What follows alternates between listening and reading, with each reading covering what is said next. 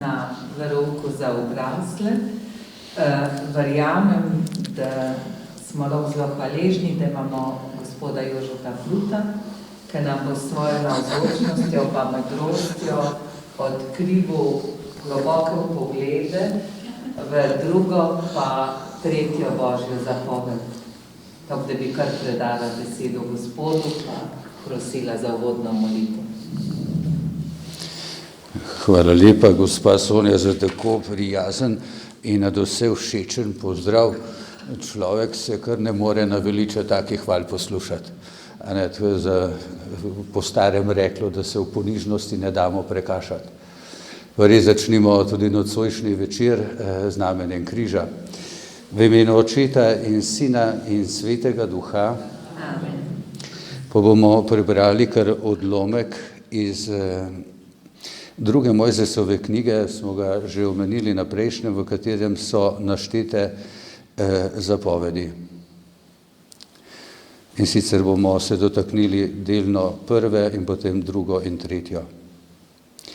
Ne delaj si rezane podobe, tudi ne kakršnekoli podobe tega, kar bi bilo podobno temu, kar je zgoraj na nebu, ali kar je spodaj na zemlji, ali kar je v vodah spodaj pod zemljo.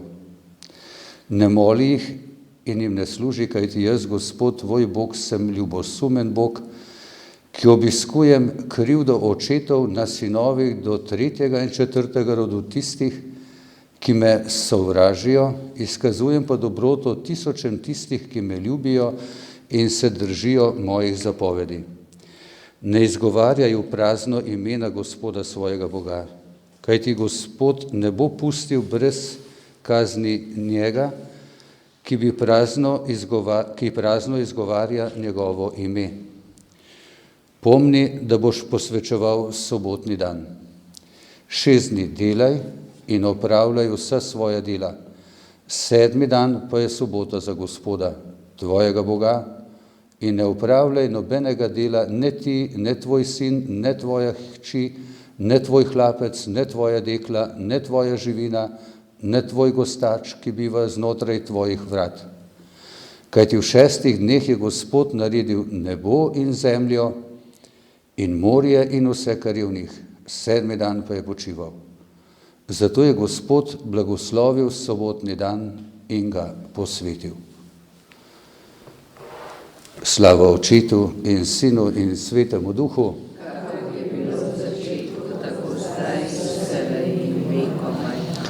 V imenu Očeta in Sina in Svetega Duha. Tako, morda bi samo na začetku povedal, da jaz pri svojem delu še nisem in verjamem, da bom vedno pri tem ostal, ne uporabljam drugih pripomočkov kot svetopismo in tisto, kar nam je na razpolago, to so v glavnem knjige, občasno tudi kakšen internet. Ne uporabljam pa umetne inteligence, ker želim, da vse tisto, kar je, sam predelam. Ne rečem, da ne bi lahko predelal boljše, lahko bi pa seveda tudi še slabše. In sem vesel in si želim, da bi človeštvo tudi ob nastajanju te umetne inteligence, ki je v marsičem tudi dobra in je lahko tudi pomagalo pri življenju, pri odkrivanju, pri vedenju, vendarle mi ohranili tisto svojo osebno bit, osebno bit, mimo katere ne moremo. Predno bom šel naprej, bi pa rad prebral eno misel svetega Bazilija Velikega. Danes smo jo prebrali duhovniki, pa tisti, ki morda molite cel brevir v bogoslužnem branju, kot rečemo.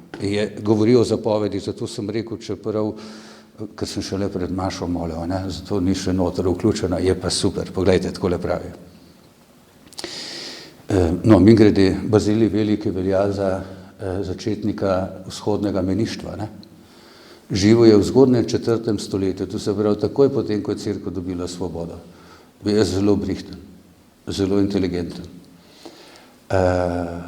In tako močno, da je res potegnil za seboj mnogo fantov in deklet in še danes so njegova pravila za vse redovnike, menihe in monahinje, kot rečejo, v vseh pravoslavnih skupnostih. Ampak takole prav. Ljubezen do Boga ni nekaj, kar je človeku dano od zunaj. Nobeden od nas se ni naučil uživati luč in težiti po življenju, niti ljubiti starše ali vzgojitelje. Tako in še mnogo bolj velja to za ljubezen do Boga, ki ne pride v človeka od zunaj. Že v človeško naravo samo je kot neko seme položeno to, da se nagibamo k ljubezni, da moramo ljubiti in ljubezen potrebujemo. To seme sprejmemo v obdelavo kot šolo Božjih zapovedi, da se ga zavemo, da mu pomaga, da ga skrbno goji in vneto poživlja ter z Božjo milostjo vodi do popolne dozorelosti.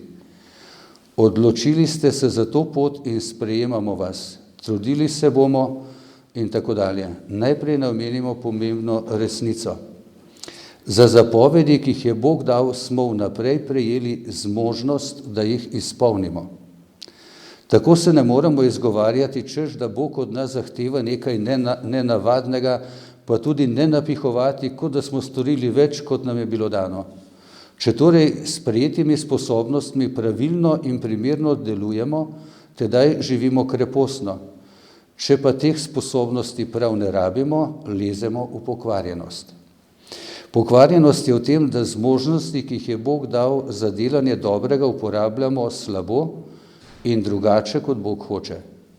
Nasprotno pa je krepostnost, ki jo Bog pričakuje od nas v tem, da zmožnost prav uporabljamo z mirno vestjo in v skladu z Božjo voljo. Tako kot smo rekli zadnjič, se spomnite, da je človek zmožen zapovedi. Ne samo dojeti, ampak jih tudi po njih živeti. In tega se veselimo. Skratka, danes gremo na drugo in tretjo zapoved.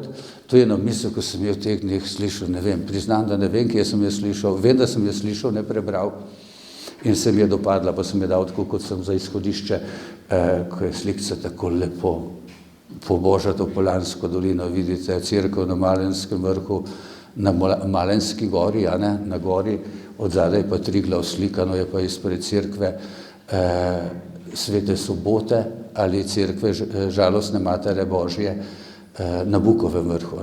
Tam se lepo vidi preko črnega kala, lepo Triglav od zadaj. Ni ponaredek, je čisto tako je v naravi. Je pa res, da je treba videti in gledati. Ne skruni Božjega imena.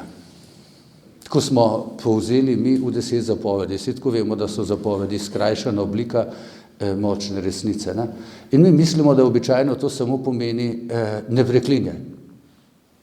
Tudi to pomeni. Vendar ne samo to. Gre za bistveno več kot to. Ne izgovarjaj, poslušajte, ne izgovarjaj po nemarnem imena Gospoda svojega Boga, kajti Gospod ne bo pustil brez kazni tistega, ki po nemarnem izgovarja njegovo ime. To sem že rekel na koncu svete maše. Božje ime Jahve, ki ga jaz upam izgovoriti, ker nas ni samo strah Boga, če tako rečem, ampak vemo, da nas tudi Bog neizmerno ljubi in nas je odrešil in nam želi, da že zdaj živimo v občestvu z njim in da bomo nekoč v polnosti z njim v nebesih. Zato se bolj veselimo ljubezni, kako nas je strah strahu. In zaradi tega upamo izgovoriti to ime.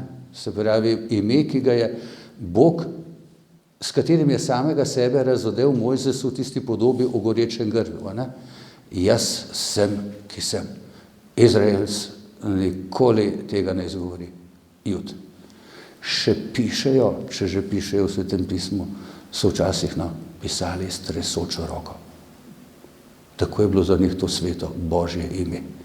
In ga seveda ne izgovarjajo. In zato imajo namesto Jahve, jaz sem tako povem, imajo taka cel kup drugih imen, s katerimi izražajo Boga.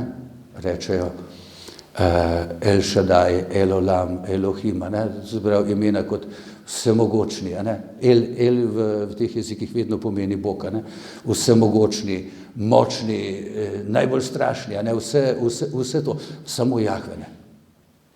Tega pa niso nikoli izgovorili in še danes se tega držijo.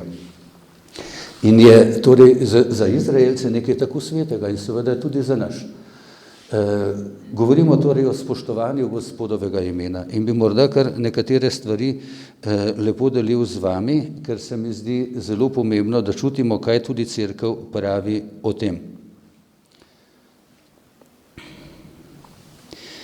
Druga zapoved zahteva spoštovanje do Gospodovega imena. Kakor prva, tako tudi druga zapoved izhaja iz kreposti Bogov danosti in posebej ureja naše uporabljanje besede pri svetih stvarnostih. Med vsemi besedami razodetja je ena edinstvena, ki je razodetje njegovega imena. Bog zaupa svoje ime tistim, ki verujejo vanj. Razodeva se jim vsej skrivnosti osebe. Podaritev imena sodi v red zaupnosti in intimnosti, tako da boste razumeli, kaj pomeni, ne tako podobo bom zdaj povedal. Tudi fant in dekle, ko se začneta gledati, ne, in si postajata simpatična, kako velik korak je zvedeti ime tistega, ki ga ima kakšno dekle zagledanega, ali pa tiste, ki ti dopade, razumeš? Zvedeti ime. In potem je dejansko to sveto imena in tudi praviloma vi, ki ste poročeni, svoje može, svoje žene kličete s enim takim domačim ljubkovalnim imenom, ne? Včasih ga tudi otroci ponovijo, ne, ki ga slišijo, če ga slišijo. Imeti ime je res nekaj svetega. Gospodovo ime je sveto, zato ga človek ne sme zlorabiti, ohranjati pa mora v spominu v molku ljubeče adoracije, ne, to se pravi češčenja. Ne bo ga vpletal v svoje besede, razen zato, da bi ga poveličeval, hvalil in slavil. Spoštljivost do njegovega imena izraža spoštljivost, ki jo dolgujemo skrivnosti Boga samega in celotni svet stvarnosti, ki jo ta skrivnost kliče v spomin. Čut za sveto je odvisten od kreposti Bogov danosti. Zdaj pa gremo malo, boste videli, ne? Kdo je Bogov dan? Tisti, ki Gospodovo ime izpričuje tako, da neustrašeno izpoveduje svojo vero. Izpoveduje. Ti lahko veruješ in živiš, ne da bi tulil Bog, ne, okrog. Razumete? Ali pa ponavljal, ampak jo preprosto živiš. Vernik mora pričati za Gospodovo ime tako, da neustrašeno izpoveduje svojo vero. Pridiganje in katehiziranje morata biti prežeta z adoracijo in spoštovanjem imena našega Gospoda Jezusa Kristusa. Druga zapoved prepoveduje zlorabo Božjega imena. Se pravi, vsako neprimerno uporabljanje imena Boga Jezusa Kristusa, Device Marije in svetnikov. Smo že malo dlje, ne? Boga, Device Marije in seveda Jezusa Kristusa in Svetega Duha, Device Marije in vseh svetnikov. Zdaj boste pa rekli, ampak se vendarle delamo obljube in za obljube, a ne? Imamo tisti, ki gredo v redovništvo, imajo začasne za obljube, pa večne za obljube, potem bomo še slišali, da se prisegalo, a ne?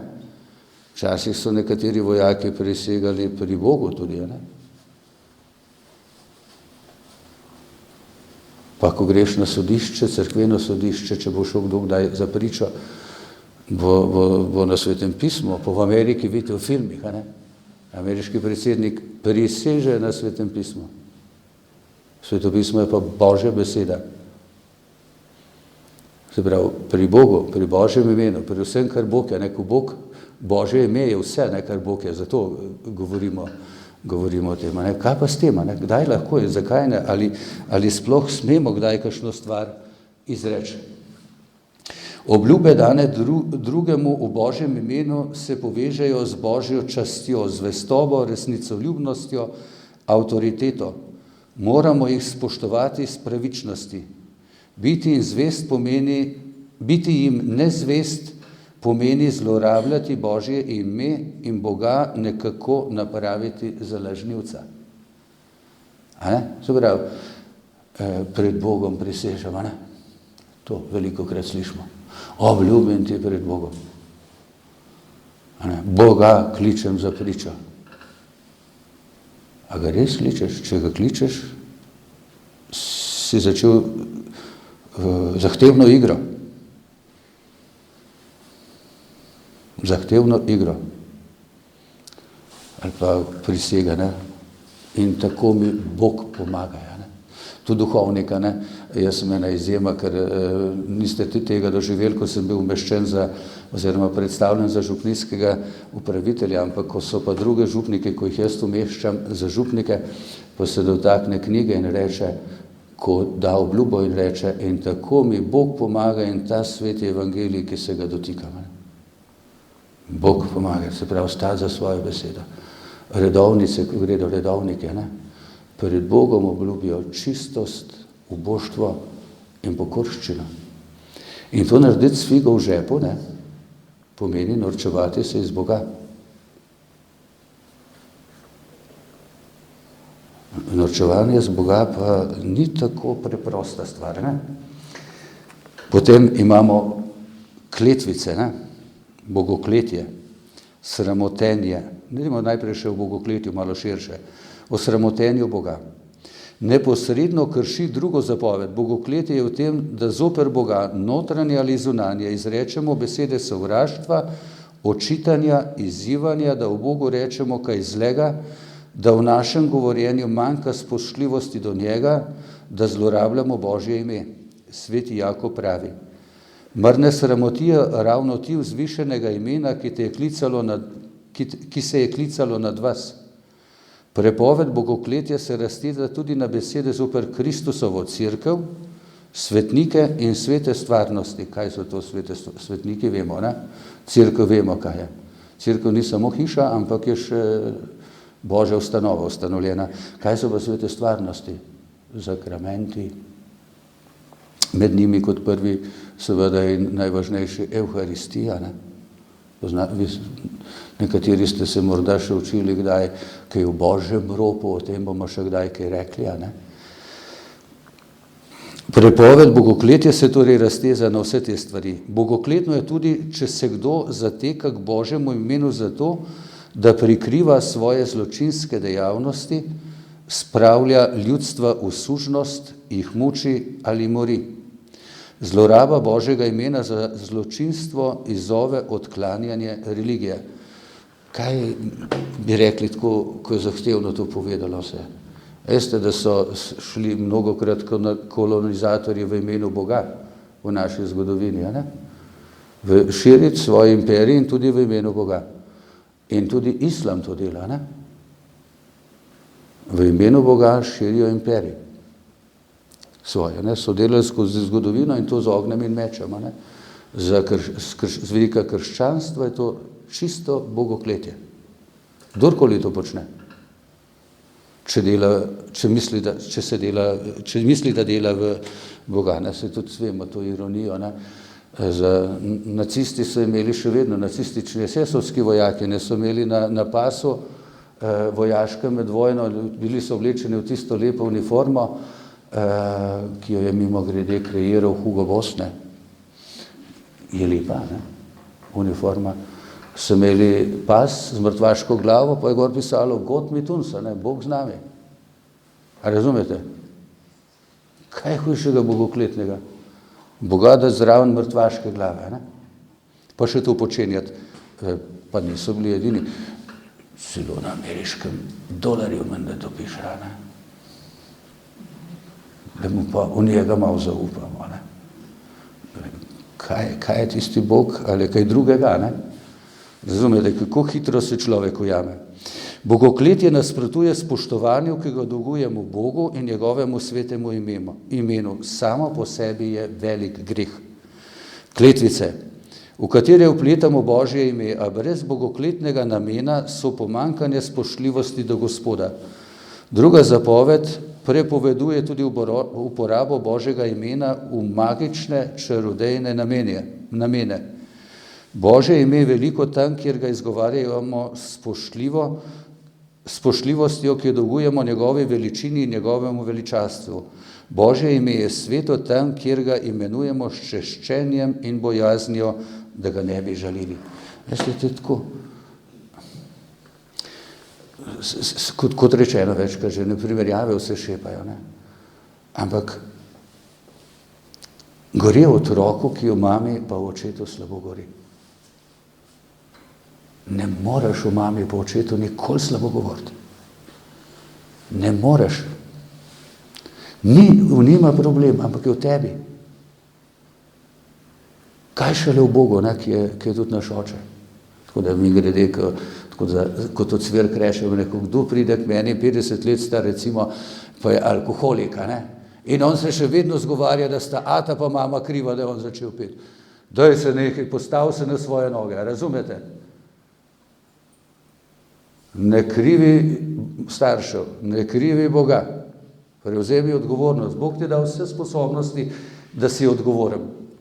Se pravi, tudi ko kletvice izgovarjamo tako, veste, enim so kletvice kot tak medklica, ne?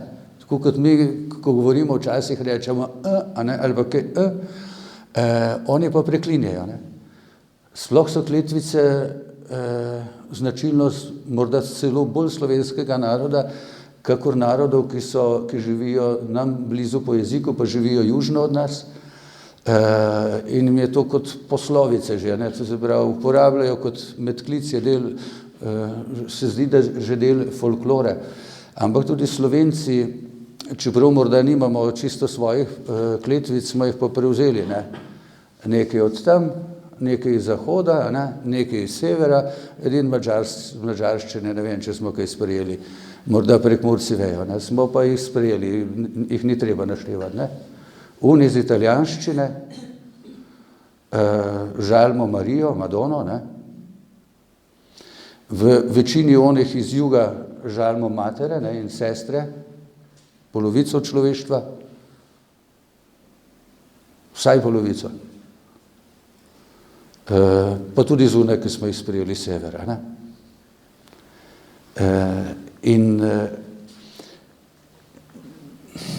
Ni pametno izogibati se, ne? Včasih rečejo kakšni, župnik, ne morem, v moji navadi ne morem kleti drugače, kakor da bi klel. Odloči se, da ne boš več klel. Začni ponavljati besedo, jaz kratko rečem karikirano. Namesto, da preklinjaš Boga, Marijo, svetnike, začni 300 kosmatih medvedov na vrhu Triglava, recimo, ne? Če že moraš kaj govoriti, izberi si kaj takega smešnega, zapeljivega, zabavnega in že vmes, ko boš to skušal povedati, bo minilo, ne? Se boš sprostil in še smeh boš prinesel v tisto okolje. Bodi si do samega sebe, drugače se pa raje ugrizni v glavo. Je pa res problem, če otroci to kletve in kletvice prenesejo kot vzorec od svojih staršev, to pa res. Sem že rekel, ne vem, enkrat, sem pri pridigi ali kje, ali sem v družbi rekel, moj brat je imel enega delavca, ko je preklinjal vsaka četrta beseda, najbrž je bila kleto in to grde, vulgarne, in zoper Boga, in zoper ženske, in zoper, pa nikoli slabega mislil, ne? In sem mu jaz rekel, ne bom povedal imena, bom izmišljeno ime povedal, sem rekel, Janez, dobil pa glih sina. Sem rekel, tvoj sin bo na mesto ati rekel prvo besedo nekaj drugega. Točno veš kaj. In te vzorce prenašamo tudi, jaz sem imel srečo, recimo, pa je bil ata kmet, pa bi rekli tako, da je bila kar neka tradicija, pa brat je imel gradbeno firmo in je sam postavil, je zidal. Pri nas se ni preklinjalo. Nikoli ni nobene besede slišati bilo kletve, ne od mame, ne od očeta. Smo jih pa slišali pri sosedovih, to pa drži. Kar v lepem krogu. Ampak to je njihov problema, ne? Mama je samo rekla, tako grdo pri nas ne govorimo, pri nas ne kovnemo. če kdo, ki je samo grd, ga rekel, ja, ta samo pogledal, pa smo vedeli, da je bilo narobe, ne? Ni bilo treba nič pardona, ne? Kriva prisega, ker velikokrat prisegamo tudi pri Bogu. Ja, to gre kar tako, sploh pri otrocih, punčke so tlele sploh na udaru, ne? One tako rade prisegajo pri Bogu, ne? Pri Bogu prisežem, ne? Pa pri sebi, pa pri svojih, ma kaj boš prisegel? Še pri svojih laseh ne moreš kaj še zravnati, ne morete ženska, slišimo nekako jih je težko zviti s tistimi grelnimi, jaz sem že tega problema rešen, kot vidite, ampak tako, kaj šele, da bi prisegal, ne? Druga zapoved torej obsoja krivo prisego. Prisegati ali zaklinjati se pravi Boga imeti za pričo tega, kar trdimo. To se pravi sklicevati se na Božjo resnicoljubnost kot jamstvo za svojo lastno resnicoljubnost. A slišimo? Kakšno močno besedo, ne? Prisega se poveže z Božjim imenom kot jamstvom. Gospoda svoje Boga s seboj, njemu služi in pri njegovem imenu prisegaj, smo slišali v stari zavezi, ne? Tudi Izraelci so tako delali, prisega, ne? Pri Bogu. Boga pokliče za pričo. To je močno, ne? To je močno. Odklanjanje krive prisege pa je dolžnost, se pravi kriva prisega, v razmerju do Boga. Kot stvarnik je Gospod, je Bog in pravilo vse resnice. Človeška beseda je v skladju ali v nasprotju z Bogom, ki je resnica sama. Kadar je prisega resnicoljubna ali upravičena, osvetli razmerje človeške besede do Božje resnice. Kriva prisega pa kliče Boga naj pričuje za laž. Razumete? V bistvu, če krivo prisežem pred Bogom, od Boga zahtevam, da naj priča za mojo laž, ne? Krivo prisežnik je kdor pod prisego napravi obljubo, ki jo nima namena izpolniti, ali kdor najprej pod prisego obljubi, a se tistega ne drži. Kriva prisega je hudo pomanjkanje spoštovanja do Gospoda in sleherne njegove besede. S prisego se zavezati, da bomo storili kaj zlega, pa seveda nasprotuje že v samem bistvu svetosti Božjega imena. Jezus je to pri drugo zapoved razložil v govoru na gori. Dalje ste slišali, da je bilo rečeno prednikom, ne prisegaj po krivem, spolni pa, kar si prisegal Gospodu. Jaz pa vam pravim, sploh ne prisegajte. In tako pravi, ne pri nebu, ker je Božji prestol, ne pri zemlji, ki je podnožje njegovih nog. Ne prisegaj, se vemo, kako smo ljudje švohotni. In nadaljuje, vaš da naj bo da, vaš ne naj bo ne, kar pa je več kot to, je od hudega. A ne bilo lepo, da bi tako delovali, ko reče, da vsak stav za svojo besedo. Ni treba nič, pogledaš človeka in rečeš, seveda tako bom naredil. In boš naredil. In on ve, da bom jaz tako naredil. Svojo poročno zavezo, jaz za svojimi duhovniškimi obljubami. Sej to vsi vemo, vi in jaz, da smo preizkušali, ampak ne boš pa odnehal, ne? Bi rekel, kri prelival, če je treba, da boš vztrajal, ne? Zato, ker si obljubil. Ja, to smo rekli. Prisega pred sodiščem, to je morda še ena stvar, majčkeno treba povedati, da ne bom 2, 1, 5, 4. Za svetim Pavlom je izrečilo cerkve razumelo Jezusovo besedo v tem smislu, da ne nasprotuje prisegi, če je storjena iz velikega ali pravičnega vzroka, na primer pred sodiščem. Prisegati, to je klicati Boga za pričo resnice, se sme le resnicoljubno, preudarno in ob spoštovanju pravičnosti. Tako da moramo vedeti, ne? Je prav tudi red je tak, da to spoštujemo. Imamo pa nezakonito oblast, recimo, ki pa od tebe zahteva, da prisežeš. Recimo, zdaj, ko nimamo več splošne vojaške obveznosti, ni morda tako čutiti, ampak včasih si pa, če je splošna vojaška obveznost, pa je nezakonita oblast, vedno mora pa vsak vojak priseči, Recimo v stari Jugi smo prisegli, da bomo branili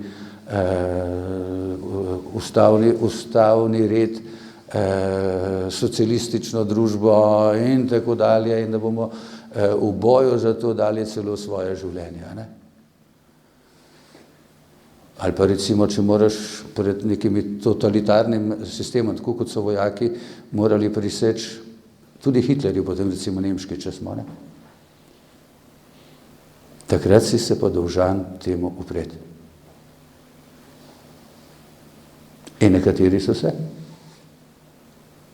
drugi se pa niso.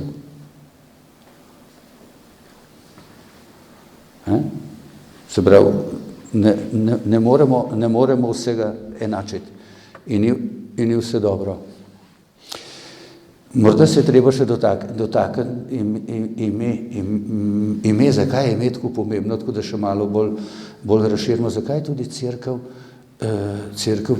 vabi in spodbuja in celo zahteva, ali kot rečemo duhovno, nam pri krstu podeli krščansko ime, občestvo cerkve. Tudi če imamo kakšne, recimo, Ajdo, ko sem jaz prvič slišal, da sem pomislil na to žito, in tako ste večina od vas, bodimo pošteni, potem je postalo popularno, ampak to nima nobenega svetnika, je bilo treba nekoga poiskati. In na koncu smo našli sveto Adelaido, je cerkev našla. In zato vsem pri krstu, ko je Ajda krščena, se obračamo na njeno nebeško zavetnico, ki je v bistvu sveta Adelaida. Potem imamo cel kup drugih svetnik, Gal, Gajel, pa po svetu je treba včasih prav poiskati nekoga, ki se zdi, da je speljanka iz tega imena, čeprav včasih ni, in včasih treba tudi prav podeliti novo ime, krščansko ime nebeškega zavetnika. Ime je zelo pomembno, sem že rekel malo v cerkvi. Nomen est omen, malo bom zdaj karikiral, upam, če bo kdaj kdo poslušal, da mi ne bo zameril. Recimo morda se kdo piše narobe. Ampak zdaj dajte sem na glas drugače. Narobe, Bog ve, kaj je bilo v zgodovini koga iz tega človeka, da se mu je ta priimek prilepil. Ampak pa včasih pa res vidiš morda kakšnega človeka, ki mu bo rekel, temu je pa res točno to pravo ime. Recimo danes, ko goduje škof Feliks, ko res kakšnega človeka, ki vidiš, ko mu je ime Srečko ali pa Feliks, pa rečeš, ta je pa res Srečko. Ženo ima, ki ga ima rada, službo imata oba, zadovoljna sta, rada se imata, otroci gredo po njuni poti in jo nadgrajujejo, razumeš, verna sta, si pa rečeš, ta ima pa res ta pravo ime, Ime pove vse. Tako da krščansko ime je zelo veliko, tudi recimo Kristina, ko sem prej omenil v cerkvi, to je v bistvu ženska oblika imena Kristusa. Tako da mečkan tudi te stvari začutimo.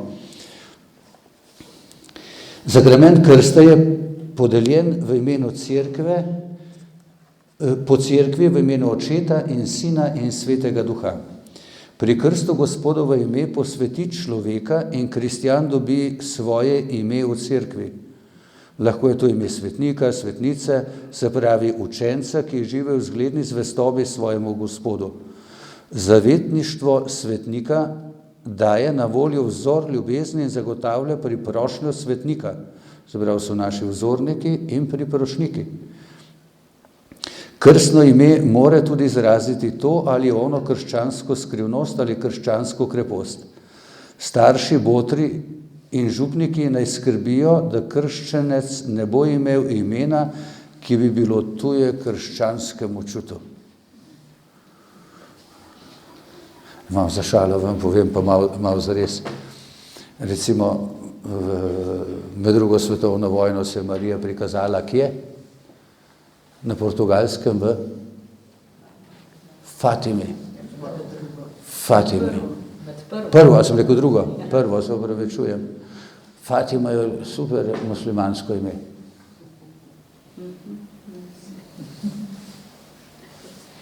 Kaj na Bog po Mariji s tem sporoča, najbrž ne vemo vsega. Ampak, ko pa pridejo kakšni starši z otroki, ki izberejo kakšno popularno ime za svojega otroka, pa recimo, ko gledaš gledati, katero je to ime, pa vidiš, da je čisto iz neke kulture, ali celo muslimansko, ne vem, iz nekega drugega zornega kota, tam je pa res treba poiskati pravo krščansko ime, ne?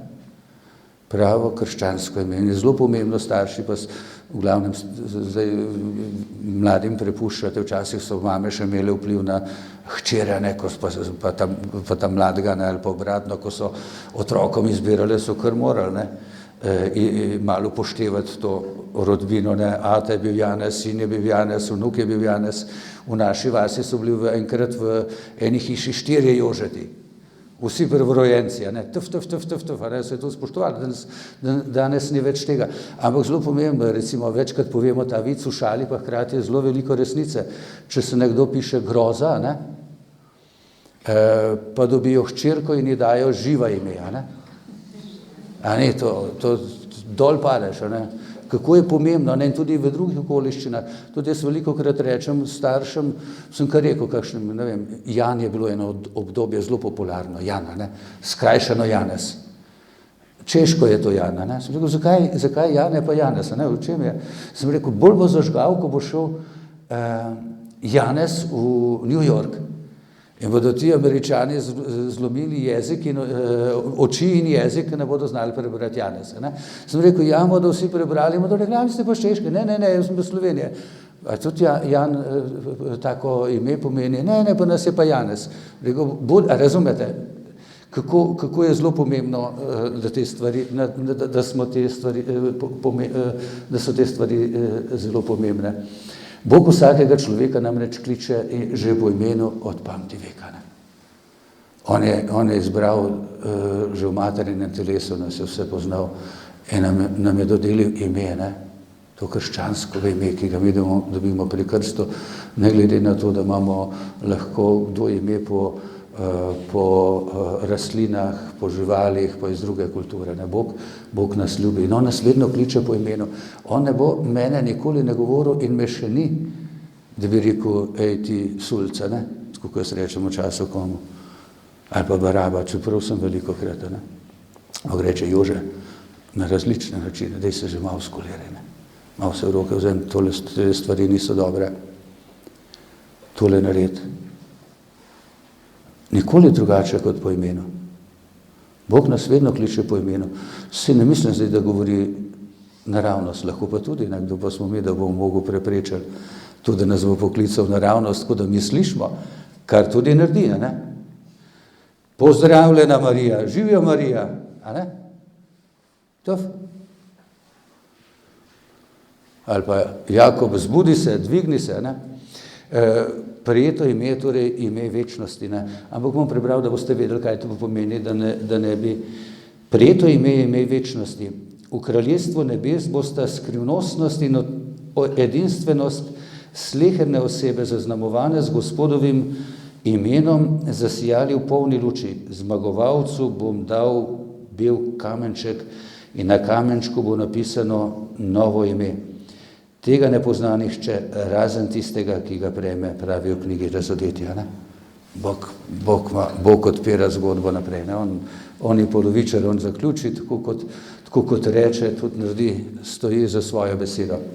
Gremo pa malo naprej na drugo zapoved. Posvečuj Gospodov dana. Ne? Se bomo vmes malo dotaknili. Veste, da so Judje praznovali soboto, šabata, ne, kot Gospodov dan. To je bil svet dan. Že ko berete evangelij, ni treba stare zaveze brati predpisov. Že ko berete evangelij, vidite, kako so veseli za Jezusom, nad Jezusom, zlasti ob sobotah. Ne. Če je naredil kakšno znamenje med tednom, je bilo še v redu, so še malo tolerirali, pa so rekli, očitno najbrž je prerok med nami, nekaj posebnega se je zgodilo, morda je celo Mesija, morda je Elija, so se pogovarjali med seboj, ampak ko je pa naredil ob sobotah kaj, ko je sveti počitek, ker oni niso smeli narediti nič drugega kot samo nekaj korakov. Ko še pa osla so šli lahko rešiti, če je padel na osel, bo takrat pomembno žvinče, je bil delovni stroj, tako kot danes avto, kitajska si lahko drugače, pa nič. Ni bilo dela, nič, samo molitev, počitek, počitek, počitek. Bog je počival in oni so to dobesedno vzeli. Pa si malo pogledajmo, zakaj. Kristjani pa nimamo več sobote, ampak imamo nedeljo in se bomo tudi malo tega dotaknili, ker je zelo, zelo pomembno, da tudi to slišimo. Tretje med vsemi zapovedmi opozarja na svetost sobote. 7. dan pa je popoln počitek posvečen Gospodu.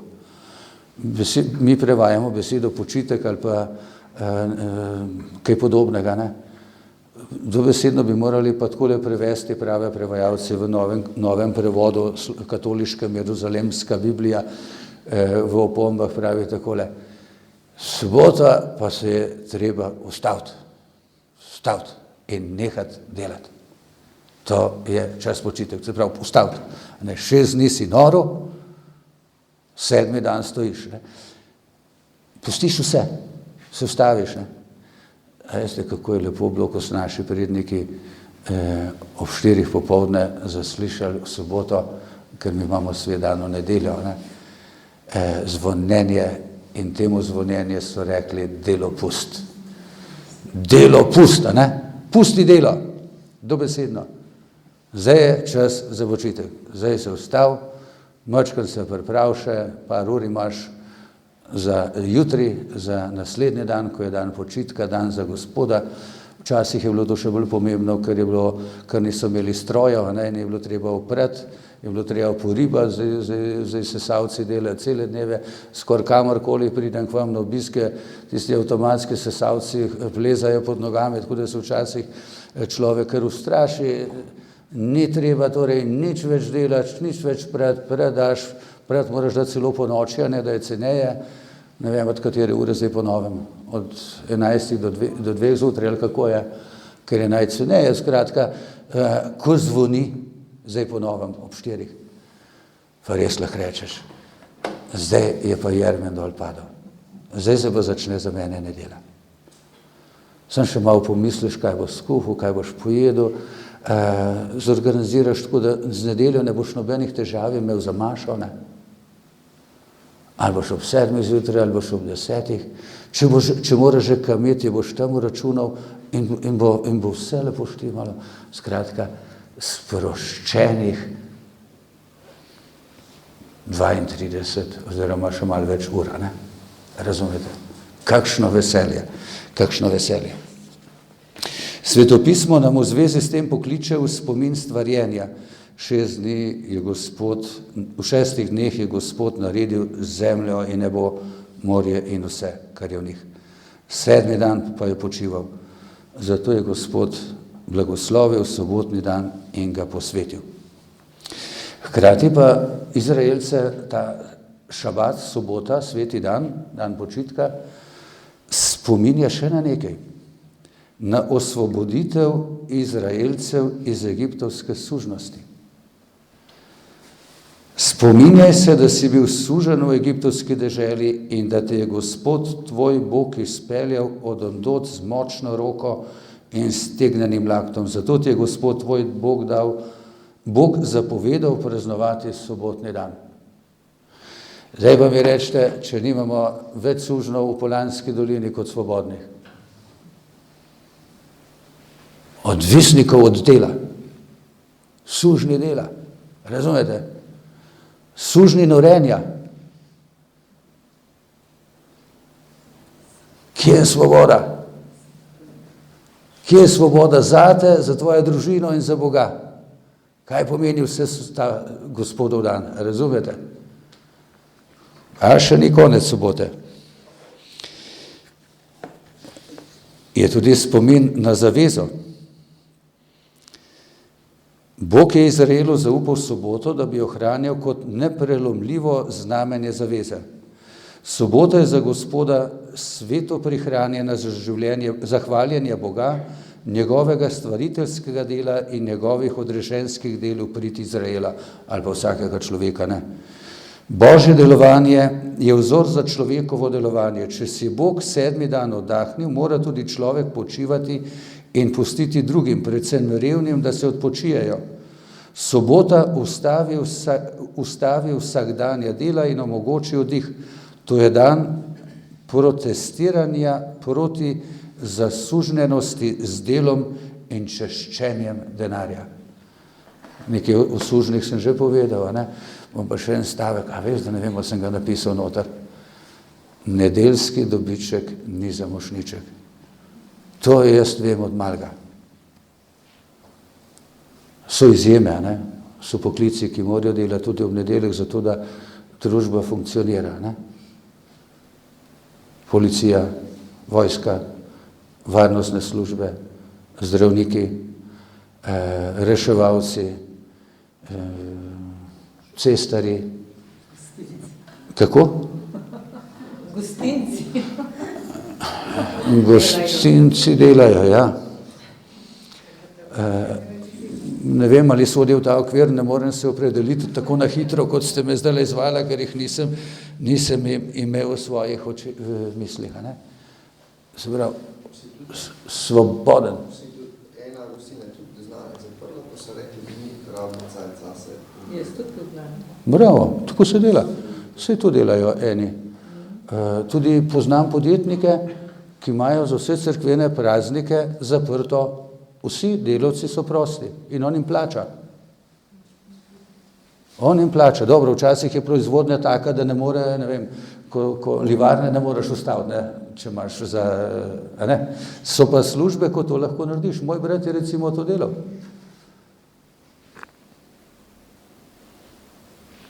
So bili prosti in jim je dal frej. In to še danes nekaj delajo. Se pravi, sobotni dan, ne, na praznik, ne delaj ne ti, ne tvoja žena, ne tvoj hlapec, ne tvoja dek, a ne, se spomnite, kaj smo brali v molitvi? Nihče. Nihče. To je, če se le da, moramo delati na tem. Še to ne treba povedati, kaj je še v ozadju te teologije, ne? Bog je ustvarjal 6 dni, ne? In tako človeško govorim, on je delal. Bog se je zgradil, ko je to tako človeška govorica, to je antropomorfna, ne? Človeku razumljiva ali pa tako, da je mi razumemo s človeškimi prispodobami. In on je garal, da je to mogočno vesolje ustvaril, zvezde, galaksije, še danes ne morajo zmer tega, ne? Osončja, ukrivljeno vesolje, ravno vesolje in pol je še lune ustvaril, pa satelite. Pol je še na zemlji začel zadevo imati v roke, ne? In je ustvarjal to kopno, pa morje, pa reke, pa rastline, pa živalca, ne? Pa laznino, pa v morju, pa na konc pa še človeka. In je tako delal, da je bil zmatran.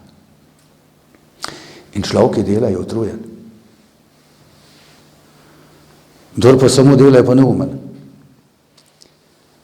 Če res delaš, je ta ritem 6 delovnih dni naraven ritem, čutiš in božji.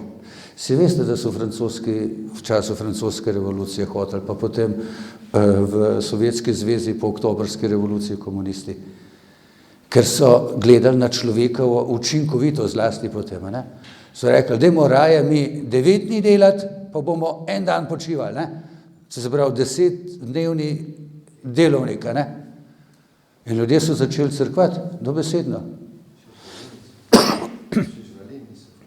Seveda, nič ni funkcioniralo, ne živali, ne ljudi, ne more. To je naravni ritem, če rečemo tako v splošnem jeziku, v resnici pa božji ritem, ki ga bo. In kdor 6 dni dela, je 7. dan crkne. Se mora spočiti, si mora dati duška, mora dati malo noge, vse 4 od sebe, tako kot rečemo po domače. Mora se malo stisniti svoji ženi, tisti, ki ste poročeni, in svojim otrokom se jim posvetiti. In mora pol, ko malo k sebi pride v sobotni noči, a ne? Mora iti v nedeljo pa reči, Gospod Bog, hvala ti za teh 6 dni. Tako sem rabil tale dan. Za ženo, za otroke, za moža, za otroke, za svoje stare starše. Popoldne bom pa še tem ljudem, ki jih veliko krat spregledam, revežem, ne? To je tudi nedelja. Čas za ljubezen do bližnjega. Bom pa še njim nekaj naredil. Pravijo pa tako v šali, ne? Je pa treba dopovedati, ne? Ker pa župniki 6 dni počivajo, pa fajn, da vsaj v nedeljo delajo, ne? To je pa tudi. Zdaj, če je to res, ne vem, naj razume, kdor more, ampak tako pravijo, ljudska govorica je taka, a ne?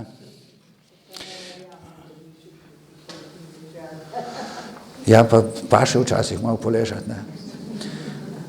Tako za šalo zdaj le povem, da tam od 50 do 60 leta, da če človek zmore, gre lahko čez dan 15 minut spati, ne? Če mu dopušča delo pa razmere.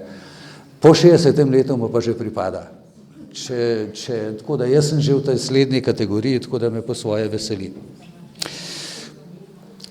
Mogoče še eno misel, ne, ker veste, da so Jezusu očitali velikokrat, da je kršil soboto. Ne?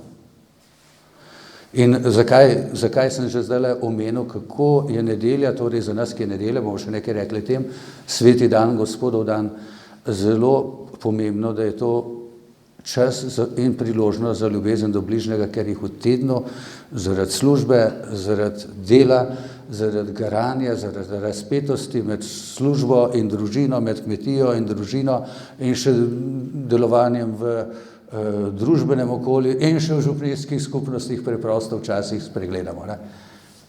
Ljudi, ki so v stiski. Evangelij poroča o številnih pripetljajih, ki so Jezusa obtožili, da krši sobotno postavo. Vendar se Jezus nikoli ne pregreši proti svetosti tega dneva. Z oblastjo podaja pristno razlago te postave. Sobota je zaradi človeka in ne človek zaradi sobote. Sočutjem si Kristus pridružuje oblast, da v soboto dela dobro in ne hudo, rešuje življenje, ne povničuje. Sobota je dan Gospodovih usmiljenih del in Božje časti. A ni dobra povezava? Je dan Gospodovih usmiljenih del in Božje časti. Oboje imamo časa, ne?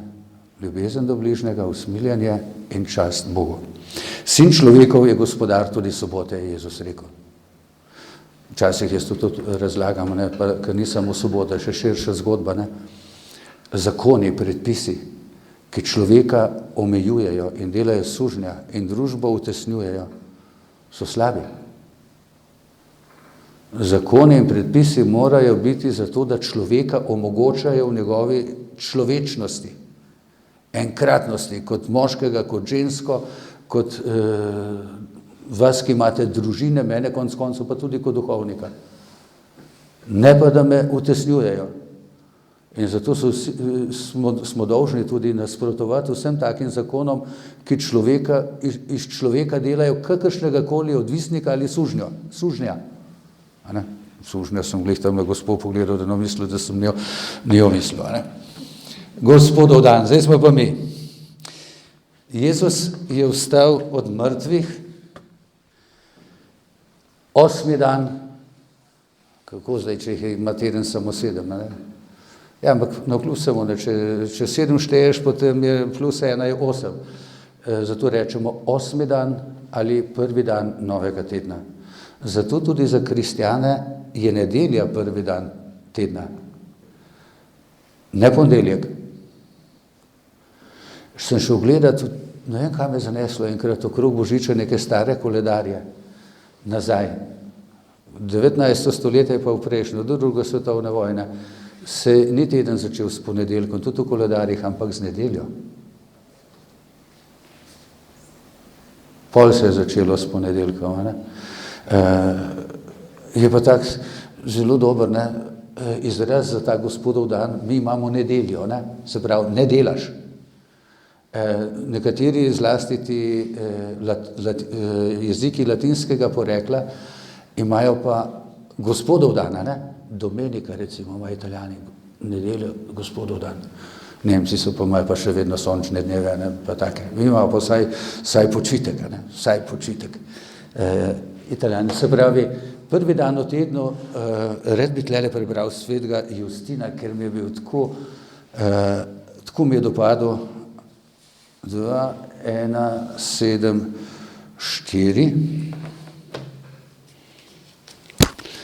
Nekaj suha usta imam, pa suhe prste, a ni to žalostno. Takole pravi, pa boste tudi razumeli, a ne, zakaj imajo Nemci Sonntag, mi imamo pa Gospodov dan.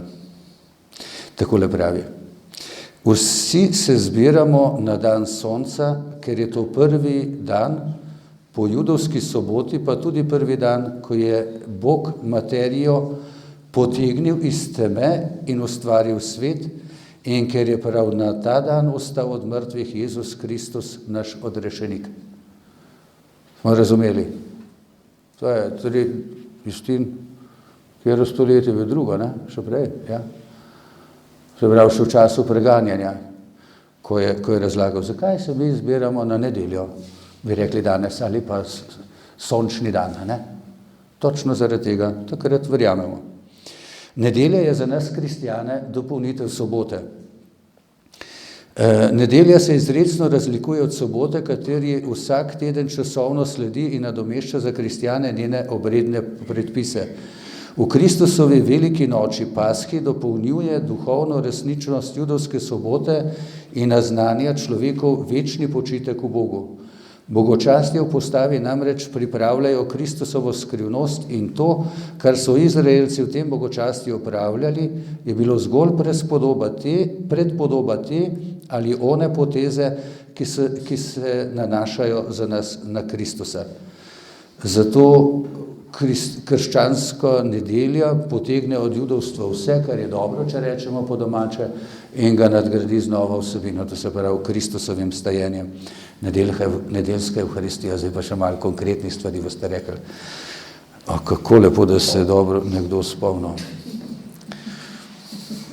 Še reči bi mogel, tako kot je Jezus na križu, ne žejen sem, pa me gledali še vedno. Še dobro, da sem po vinkih tole povedal. Nedeljsko obhajanje Gospodovega dneva in Gospodove Evharistije je središče življenja cerkve.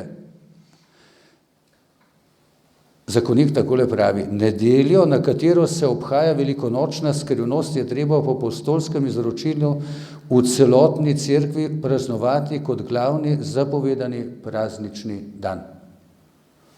Tu cerkvena zapoved se glasi, se spomnite, bodi ob nedeljah in zapovedanih praznikih pri sveti maši.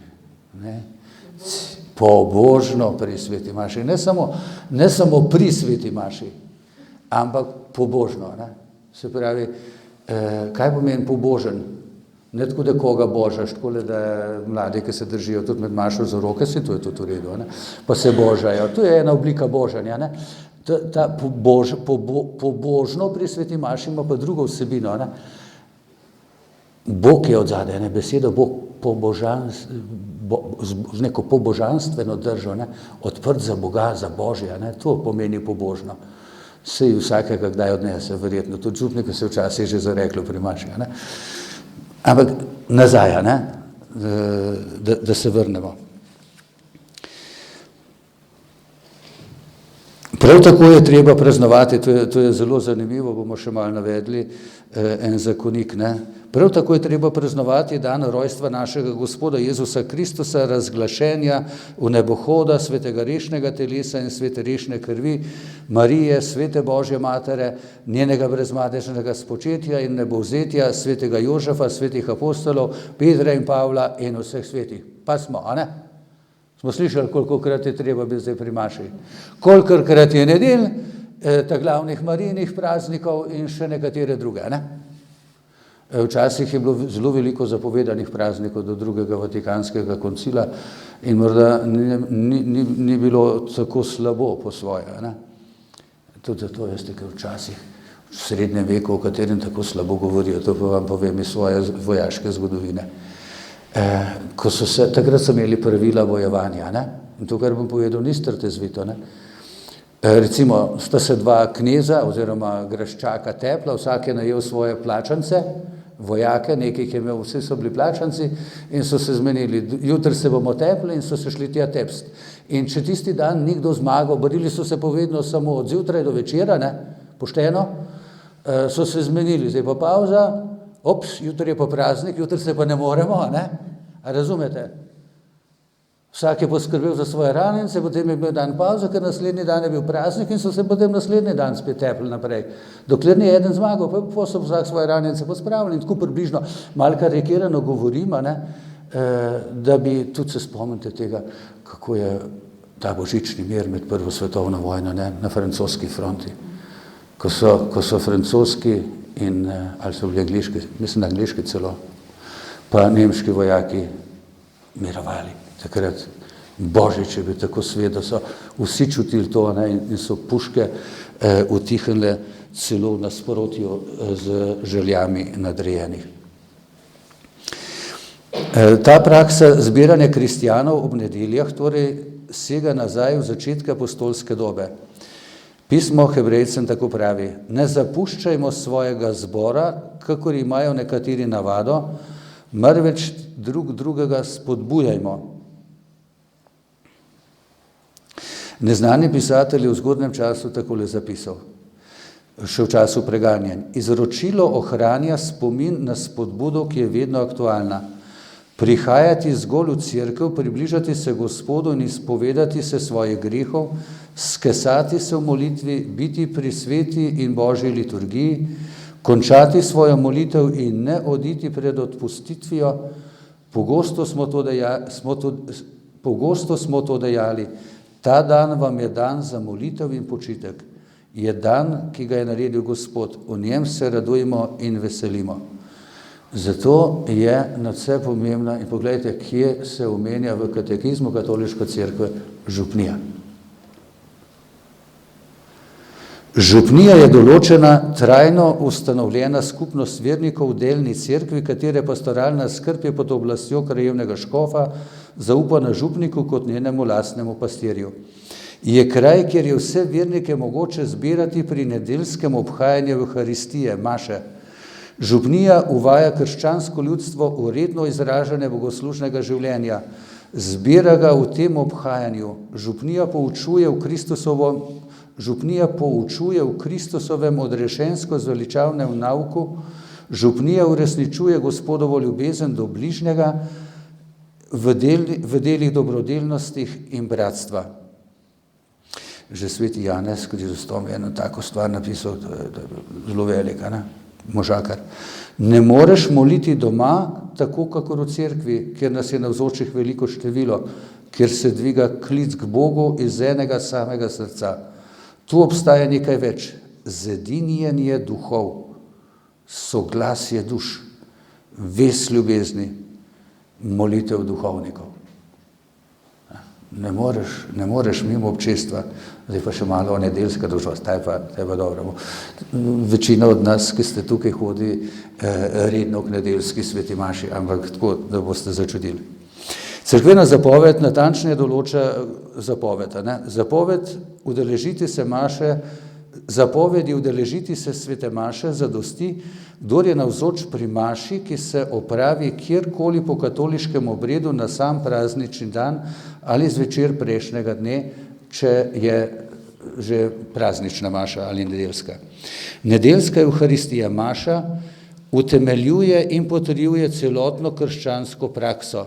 Zato so verniki dolžni na zapovedane dneve udeležiti se Evharistije, razen če jih od tega opravičuje resen vzrok, na primer bolezen, oskrbovanje dojenčkov, zanimivo, kaj piše v nauku, ali jim da spregled njihov dušni pastir.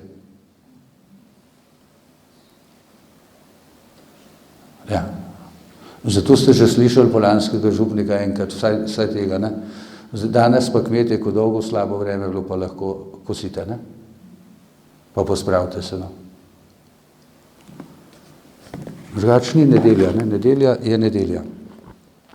Tisti, ki premišljeno opustijo to obveznost, storijo velik greh. Kaj pomeni načrtno? Ne? Zdaj, danes pa ne bomo šli k maši, danes bomo šli pa na izlet. To se pravi, daš Boga na drugo stran. Ne? In to enkrat, za začetek gre to enkrat na mesec, izmišljam si časovno obdobje, po enem letu je to že 2-krat na mesec, pa morda kdaj vmes še pomislijo, da bi šli tam, kjer so k sveti maši, potem pa pač jih potegne izlet, karkoli že je, in potem v 3 letih približno gredo samo še enkrat na 2-3 mesece k maši. Ne? Pa še to morda samo zaradi tega, ker jim župnik ali pa kateheti težijo, da vendarle treba iti k maši, ker otroci se pripravljajo na prvo obhajilo pa svetovirmo, ne? Ali pa kaj podobnega. Udeležba pri skupnem obhajanju nedeljske Evharistije je pričevanje za pripadnost in zvestobo do Kristusa in do njegove cerkve. Verniki s tem izpričujejo svoje občestvo v veri in ljubezni, skupno pričujejo za svetost Boga in za svoje upanje na zveličanje. Obenem se medsebojno krepijo in opogumljajo pod vodstvom Svetega Duha. Ne bom še kakšnega člena zakonika cerkvenega prava vam ne bi prebral, ampak sem še morda par misli.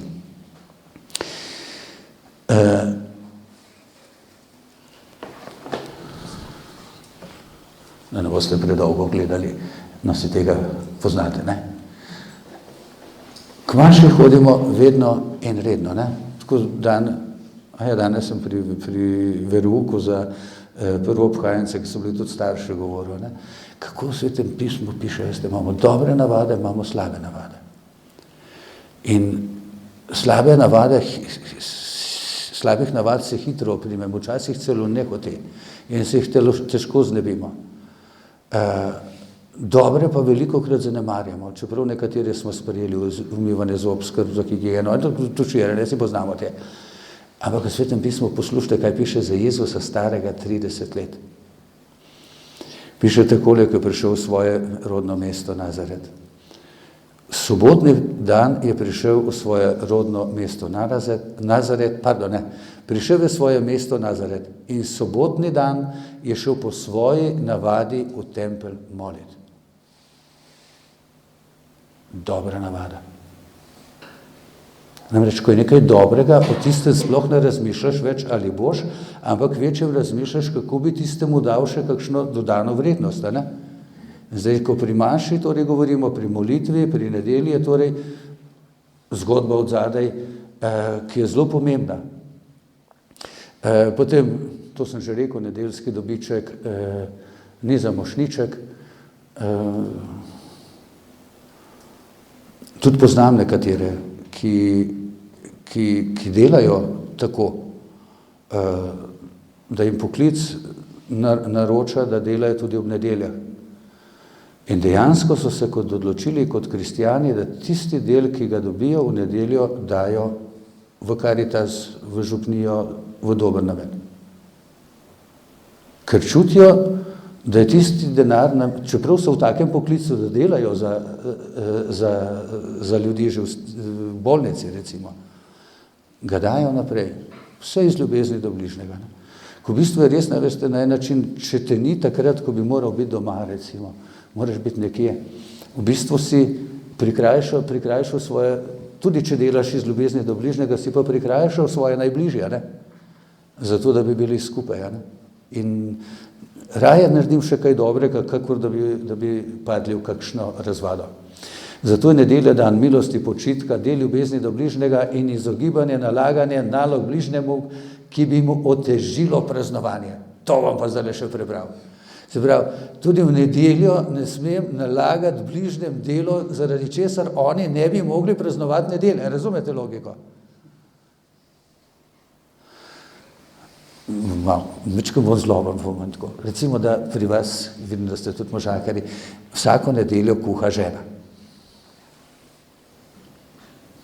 Ona je to sprejela, v zakup vzela, kot del njenega. Ampak v bistvu drugi pa lahko noge, tako držimo roke nazaj. Deležiti pri tem, da ne bo da bomo vsi imeli kaj od nedelje. Ne? Če žena kuha, naj pa mož pospravi, pomije, razumete, da se zadeva razdeli, da ni nekdo samo, da nekdo lahko praznuje, ali pa morda večina bi lahko, pa niti ne, ker gleda televizijo ali pa kaj takega, kar ni koristnega, nekdo pa v bistvu postaja in pa streže za to, da oni lahko soleni, a ne? Ker to je pol želenoba. Ampak bi rad te stavke prebral, ker je zelo dobro. Ker bomo videli še druge razsežnosti. Kristjani, ki si lahko privoščijo počitek, naj se spominjajo svojih bratov, ki imajo iste potrebe in iste pravice, torej po počitku. A si ne morejo odpočiti zaradi revščine in bede. Krščanska pobožnost po izročilu posveča nedeljo dobrim delom in ponižnemu služenju bolnim, slabotnim in starim. Kristjani bodo nedeljo posvečevali tudi tako, da bodo svoji družini in svojim bližnjim darovali čas in skrbi, ki jih na druge dneve tedna težko izkazujejo. Nedelja je čas razmisleka, molka, kulture in meditacije, kar vse podpira rast notranjega in krščanskega življenja. Za posvečevanje nedelj in praznikov se zahteva skupen napor. Vsak kristjan se mora izogibati temu, da bi bližnjemu po nepotrebnem nalagal to, kar bi mu preprečevalo spoštovati Gospodov dan. Kadar navade, šport, gostilne itd., piše v zakoniku itd., ali družbene prisile, javne službe in tako dalje, od nekaterih zahtevajo nedeljsko delo, še vedno ostane vsakomur odgovornost, da najde dovolj časa za počitek. Verniki bodo bedeli nad tem, da se bodo z mirnostjo in ljubeznijo izogibali izgredom in nasilju, ki ga včasih rodijo množična razvedrila, ne? Planica recimo, da malo karikiram. Kljub ekonomskim prisilam bodo javne oblasti pazile na to, da državljanom zagotovijo čas, ki je določen za počitek in za bogočastje. Se spomnite, kako je bilo takrat tudi prizadevanje cerkev, da se ob nedeljah trgovine zapre. A ne, pa čisto preživimo vsi, je tako? A je kdo lačen zaradi tega? Ne. Precejšnje število deklet, žena, mamic je lahko v nedeljo pri svojih otrokih, a ne? In seveda pri svojem možu. Pa še ena misel, podobno obveznosti imajo delodajalci do svojih uslužbencev, a ne? To če navedba. V spoštovanju verske svobode in skupnega blagara vseh si morajo kristjani prizadevati, da bodo nedelje in prazniki cerkve po zakonu priznani kot dela prosti dnevi. Vse morajo dajati javen zgled molitve, spoštovanja in veselja in braniti morajo svoja izročila kot dragocen prispevek k duhovnemu življenju človeške družbe. Če zakonodaja dežele ali drugi razlogi obvezujejo k delu na nedeljo, naj ta dan kljub vsemu preživimo kot dan naše osvoboditve, ki nas naredi deležne prazničnega shoda, tistega slovesnega zbora prvorojencev, katerih imena so zapisana v nebesih. Tako, toliko, ne, se kar cel spektr stvari, drobnih in malo večjih, se odkrije, pa lahko bi še naštevali. Tako da bi se vam zahvalil, ker ste ponovno prišli. Za zadnjo slikco sem pa dal naše Poljane še, kakršne so bile pred letom 1944. Tle gor se vidi Smovdno, vidiš?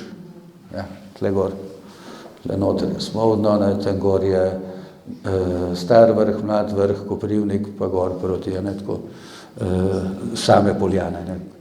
Tako poglejte, ja, zdaj se pa farov se ne vidi, je tako postavljen. Ja, pa se, ja. Mislim, ne, ni. Zadaj je, ja, zadaj. Ne, ja, zadaj je, ja. Tako da se nam odprejo, ne, kako je v nas, da res se shajamo v bogoslužje in kako je pomembno, da nedelji damo sveto mesto. Tako da hvala za večer, po kratki pauzi pa bomo se lahko še pogovarjali, ker morda koga kakšna stvar žuli, kdaj, v katerih primerih, recimo bi jaz vprašal, lahko župnik da odvezo od nedeljske maše. Če torej nimaš majhnega otroka, ali pa če nimaš neodložljive službe, recimo, še v katerem primeru lahko župnik da, oziroma to je upravičeno, pa kako nadomestim, če izjemoma kdaj ne morem k sveti maši, ne? Kaj naredim? Buhlone.